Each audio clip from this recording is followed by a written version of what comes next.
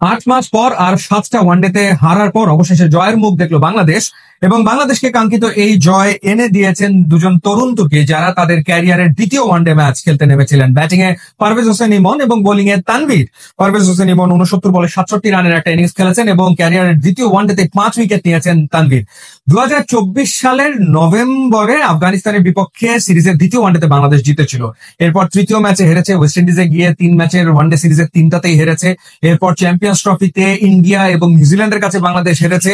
তারপর পাকিস্তানের বিপক্ষে ম্যাচটা অ্যাবান্ডন হয়েছে। শ্রীলঙ্কায় প্রথম ওয়ানডে হারার পর এই ম্যাচে বাংলাদেশের জয়টা ভীষণ রকম প্রয়োজন ছিল দুটো কারণে। এক হচ্ছে সিরিজের সমতা ফেরানো এবং দ্বিতীয়ত আরেকটা ব্যাপার চলমান, সেটা হচ্ছে র্যাঙ্কিং এর দিকে চোখ রাখতে হবে, কারণ 2027 বিশ্বকাপে র্যাঙ্কিং গুরুত্বপূর্ণ।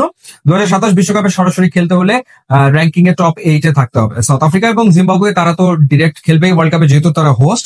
এরপরে র্যাঙ্কিং এ টপ 8-এ থাকতে হবে, আর না হলে বাছাই পর্ব খেলে আসতে হবে। 14টা দল খেলবে সেই ওয়ানডে ওয়ার্ল্ড কাপে। এবার যদি বাংলাদেশের পারফরমেন্সের দিকে তাকাই, পারভেজ হোসেন ইমন 67 একটা ইনিংস খেলেছেন। তানজিদ হাসান তামিম আগের দিন দারুণ ইনিংস খেলেছেন, এই দিন খেললেন ইমন। তানজিদ হাসান তামিম এদিন 7 রানে আউট হয়েছেন। ওপেনাররা কিন্তু রান করছে, সেই ব্যাপারটা আমরা দেখছি।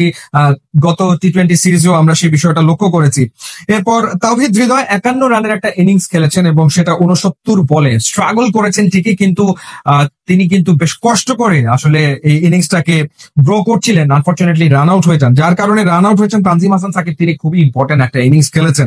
21 বলে 33 রানের ওই ইনিংসটা তানজিম হাসান সাকিব ওই সময় না খেললে বাংলাদেশ আসলে 248 পর্যন্ত পৌঁছতে পারে না এবং লিটারালি এই ম্যাচও বাংলাদেশের আসলে জেতা হয় না। 2-4 2-6 সাকিব হাঁকিয়েছেন এবং তার ভেতরে কিন্তু অলরাউন্ডার হওয়ার সম্ভাবনা ভীষণ রকম ভাবে আছে, কারণ তিনি বিভিন্ন সময় ব্যাটিং এ যখন সুযোগ পান তিনি অন্তত তার ব্যাটিং এর যে অ্যাবিলিটি সেটা তিনি তুলে ধরার মেলে ধরার চেষ্টা করেন।